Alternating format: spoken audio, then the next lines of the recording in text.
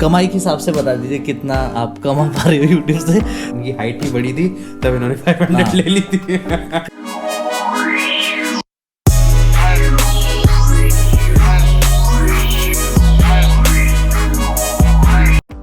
Hello guys, welcome back to another video. My channel name is the long distance couple. I am मंचलाल लड़का। और ये बहुत ही अच्छा और बहुत ही स्पेशल कोलैबोरेशन हो रहा है दोनों चैनल्स के बीच में। आपने हमें पहले देखा होगा साथ में, बट कोलैबोरेशन इसलिए कर रहे हैं क्योंकि हम बेसिकली कुछ जो बिगनर राइडर्स हैं उनके लिए कुछ लेके आए हैं, कुछ स्पेशल चीज़ लेके आए हैं। बाकी ये एक्सप्लेन करेंगे। आई होप आपको काफ़ी ज़्यादा मज़ा आएगा। अगर आपको मज़ा आए तो लाइक ज़रूर कर देना। एंड कोई हमसे मिस्टेक हो, बिकॉज हम फर्स्ट टाइम ऐसे podcast not a podcast record कर रहे हैं, तो नीचे कमेंट में ज़रूर बता दीजिएगा। तो हमारा पहला सवाल कि मैं ओन करता हूँ रॉयल एनफील्ड हिमालयन एंड ये ओन करते हैं रॉयल एनफील्ड बुलेट 500। तो अभी तक का हमारा ओवरऑल एक्सपीरियंस कैसा रहा है विद रॉयल एनफील्ड, बिकॉज मैं राइड कर चुका हूँ अराउंड 20,000 प्लस किलोमीटर एंड ये राइड कर चुके हैं 30,000 प्लस किलोमीटर।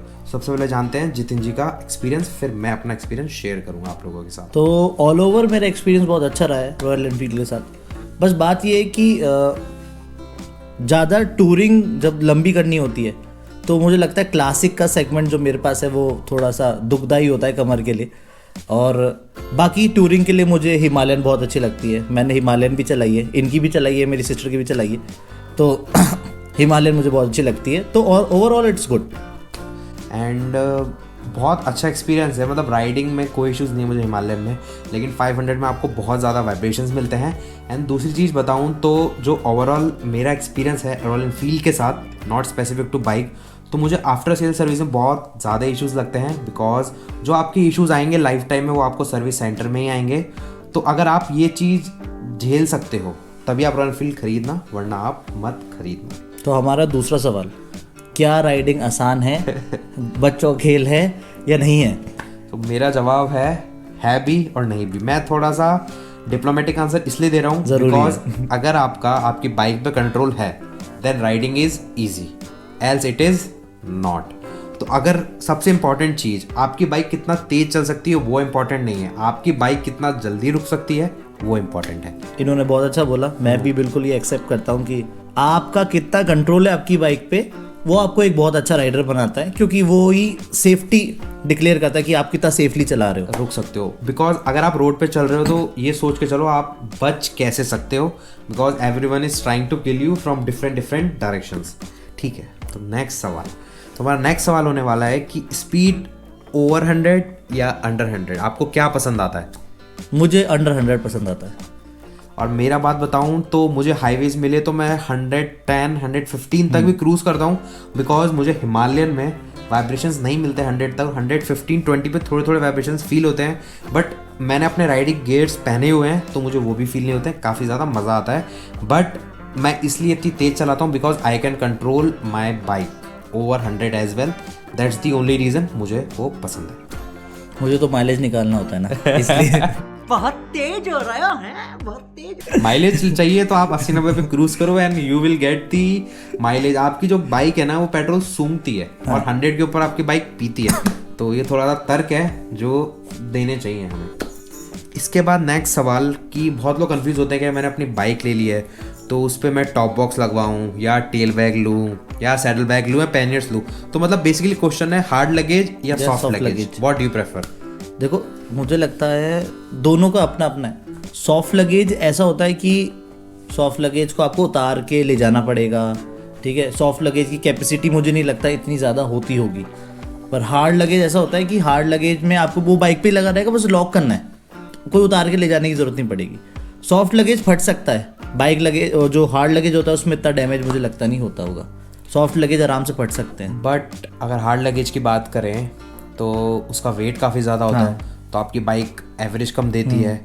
अगर मैं मेरा पॉइंट ऑफ व्यू बताऊं तो मुझे दोनों का मिक्सचर पसंद है, बिकॉज मैं सैडल बैग्स ओन करता हूं तो उनका वजन भी काफ़ी ज़्यादा नहीं होता है एंड बैठ में कुछ दिक्कत नहीं होती। बस एक वो दिक्कत है कि आपको कहीं जाना है तो आपको सारे बैग उतार के लेके जाने पड़ेंगे। बट अगर मुझे टेल बैग प्रेफर करना होगा तो मैं नहीं करूँगा, मैं जाऊँगा टॉप बॉक्स की तरफ। उसमें हेलमेट रखो, लॉक करो एंड उससे बाइक भी बैलेंस रहती है बिकॉज वो सेंटर में है। तो मेरा ये point of view. Do you agree? Yes, I agree. So हमारा नेक्स्ट सवाल, what do you prefer, weekend ride और लॉन्ग राइड? लॉन्ग राइड मतलब 4, 5, 6, 7 हफ्ता भर तक की ride. Like I prefer long ride. Weekend ride तो छोटी सी होगी तो मज़ा नहीं आएगा, पर लॉन्ग राइड में मज़ा आएगा। मैं राइट नाउ मेरी सिचुएशन बताऊं तो मुझे छुट्टियां नहीं मिलती है, तो आई प्रेफर वीकेंड राइड। मेरे साथ ही तो यही है करंट सिनेरियो के हिसाब से तो long ride not right now, but हाँ अगर मौका मिलेगा तो लॉन्ग राइड। हाँ, क्योंकि अगर स्पेसिफिकली देखा जाए तो हम दोनों को लॉन्ग राइड बहुत पसंद है। बट राइट नाउ सिचुएशन के हिसाब से वीकेंड राइड। मेरी तो वीकेंड भी नहीं होती। मैं कर लेता हूँ, ठीक है। अगर नहीं देखते हो तो वीडियो जाके देखो। नेक्स्ट सवाल, do you like the stock bike और उसमें कुछ मॉडिफिकेशन होते रहने चाहिए? मॉडिफाइड बाइक तभी मुझे अच्छी लगती है जब मतलब हमारी बाइक की परफॉर्मेंस में कोई दिक्कत ना है। अगर बाइक की परफॉर्मेंस में दिक्कत आ रही है और आगे उसका बाइक में लॉन्ग लास्टिंग कुछ प्रॉब्लम आए तो मुझे मॉडिफिकेशन पसंद नहीं। चलो एक काम करते हैं, इसको थोड़ा और मॉडिफाई करते हैं। कॉस्मेटिक चेंजेस और comfort changes. Comfort changes, same goes comfort changes. Comfort changes. Example दे देता हूँ, handle bar risers. Right, Himalayan पे हैंडल बार राइजर्स लगा लो या हैंडल बार टूरिंग वाला लगा लो, आपको काफ़ी ज़्यादा मज़ा आ जाएगा। आपके टूरिंग मिरर्स होते हैं वो लगा लो, काफ़ी ज़्यादा मज़ा आ जाएगा। बाकी और कुछ कॉस्मेटिक चेंजेस भी होते हैं, वो भी करा सकते हो, depends on you. Okay, so next सवाल, स्पोर्ट्स बाइक और touring bike, what do you prefer? Touring bike. Same touring bike. मैं आपको सच बताऊं, मेरा एक्सपीरियंस तो स्पोर्ट्स बाइक के साथ कभी अच्छा रहा ही नहीं है। पता नहीं, मुझे मन ही नहीं करता है वो चलाने का। Not sure. Naked, touring, love it. Dominar, Himalayan और जो भी आती है आजकल, हिमालयन 450 भी आ गई है। जब वो टेस्ट राइड लेंगे तो और ज़्यादा मज़ा आएगा बाइक चलाने में। तो टूरिंग बाइक इसलिए पसंद है क्योंकि स्पोर्ट्स बाइक में मेरी लंबाई बहुत है, मैं झुक नहीं सकता इतना ज़्यादा। मुझे तो टूरिंग बाइक ही पसंद है, आराम से बैठ के जाए, कंफर्टेबल होना चाहिए। देन आरी is for you. Yes, thank you. आरी में भी हिमालयन इज फॉर मी। या बट ही इज राइडिंग 500। उनकी हाइट नहीं बढ़ी थी तब इन्होंने 500 ले ली थी। कई वर्षों पहले ली थी यार। कैसा लगा मेरा मजाक? ठीक है, तो हम बढ़ते हैं हमारे नेक्स्ट सवाल की तरफ। तो नेक्स्ट सवाल है कि आपको अपनी गाड़ी में ऑक्स लाइट्स या extra lights rather than stock headlight लगानी चाहिए या नहीं? बहुत ज़रूरी होती है। मैंने देखा है हाईवेज पे इतनी सफिशिएंट लाइट नहीं होती, और स्पेशली हमारी आरी की मुझे नहीं लगता कि स्टॉक लाइट जो हमें दी जाती है वो इतनी पावरफुल है कि हमें दूर तक का दिखाए। तो हमें ऑक्सिलरी लाइट्स और जो कि बोलते हैं एक्स्ट्रा लाइट्स लगवानी चाहिए, और अच्छी कंपनी की लगवानी चाहिए जो ख़राब ना हो। क्योंकि हाईवे पे ज़रूरी नहीं ना आपको हर बार हाईवे पे आपको लाइट्स मिले। एग्री। हम गवर्नमेंट से इतनी एक्सपेक्टेशंस नहीं रख सकते कि वो पूरे के पूरे हाईवे स्ट्रीट लाइट से कवर कर ले। तो हाँ, अगर आप अफोर्ड कर सकते हो तो ज़रूर अच्छी कंपनी की ऑक्सिलरी लाइट्स लगवाओ, लाइक मैड डॉग, एचजीजी है थोड़ी बजट फ्रेंडली, पर Mad Dog is very good, आप उसके लिए जा सकते हो। ठीक है, काफ़ी ज़्यादा इम्पोर्टेंट सवाल, क्या हमारी इंडिया की जनता 1000 लाइट की जो एक्चुअल यूज़ है उससे अवेयर है या नहीं है? बिल्कुल नहीं है। बिल्कुल नहीं।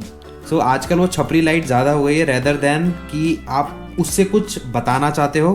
कोई पीछे से राइडर आ रहा है कि आप रुके हुए हो या आप एक लेन ड्राइविंग कर रहे हो, उसका वो अब महत्व रहा ही नहीं है। उसका अब महत्व रह गया है कि हाँ लाइट जला के चलेंगे, हमारे 1000 लाइटें हैं, मौज मस्ती में वो चल रही है। लोग सोचते हैं कि 1000 लाइट जला के चलूंगा तो इसका मतलब हाँ ये तो सही कह रहे हैं, सही बोल रहे हैं, कूल लगूंगा। दूसरा लोग सोचते हैं कि अब जैसे फॉग चल रहा है, फॉग में भी आगे 1000 लाइट जला दी, इंडिया में तो फॉग चल रहा है ना, तो अब तो एक काफी ज्यादा इंपॉर्टेंट सवाल, एनी ड्रीम प्रोजेक्ट? ये वाला जो मैं कर रहा हूँ इनके साथ बैठ के, मैं ये चाहता था ये मेरा हो। पहला ड्रीम प्रोजेक्ट तो हो ही रहा है साथ में। Thank you so much. नहीं really we are doing it finally. हाँ, मैं दिल से कह रहा हूँ। बहुत टाइम से वेट कर रहे थे कोलैब करने का। आई होप आपको पसंद आना चाहिए। बहुत मेहनत करते हैं गाइस, आप मेहनत समझते नहीं हो। बट हाँ, ड्रीम प्रोजेक्ट की मैं बात करूँ तो आजकल लोग ना ड्रीम प्रोजेक्ट में बाहर जा रहे हैं, बट मैं कहना चाहूँ तो मेरा पर्सनल ड्रीम प्रोजेक्ट है K2K। मेरा भी वही कह रहा हूँ अभी, कश्मीर टू करने वाली। अगर पॉसिबल हो पाया, कभी हमको लीव मिली या कोई स्पॉन्सर मिला तो बाय गॉड करके दिखाएंगे।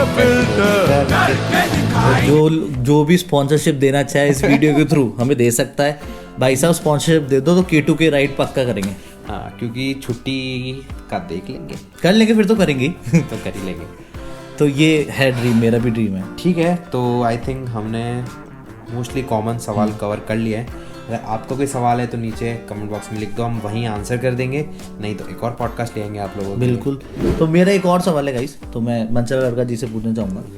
तो मेरा ये सवाल है कि मैं आपको अगर कुछ बाइकों का नाम लूँ तो आपको क्यों लेनी चाहिए, क्यों पसंद है, वो ज़रूर बताइए, क्योंकि जनता को जानना बहुत ज़रूरी है और लोगों का सवाल होता है मुझे लगता है। तो मैं आपको पहले बाइक देता हूँ, जैसे मैं आपको बजाज डोमिनार दे रहा हूँ, दूसरा आपको मैं ट्रायम्फ स्कैम्बलर दे रहा हूँ, है ना, तीसरा मैं आपको दे रहा हूँ अगर मैंने आपको ट्रायम्फ की टाइगर दे दी, ठीक है, चौथा मैंने अगर आपको हिमालयन तो है ही, हिमालयन 450 जो आई नहीं और एक आपके पास है, तो अगर मैं आपको ये 4 बाइकें दे दूँ, BMW मैं नहीं जा रहा, मैं यही बाइकें दे रहा हूँ, इनमें से आप क्या प्रेफर करोगे और जनता को बता दीजिए कि क्यों करनी चाहिए उन्हें ये प्रेफर। ठीक है, तो मतलब ट्रायम्फ टाइगर तो एक काफ़ी ज़्यादा अलग सेगमेंट हो गया है, बिकॉज उसकी रेंज भी ज़्यादा आती है। आजकल 650 सीसी में भी उन्होंने लॉन्च कर दी है, तो अगर आपका बजट का कोई इशू नहीं है तो आप ट्रायम्फ टाइगर लो, बिकॉज उससे अच्छी एडवेंचर बाइक नहीं आती है।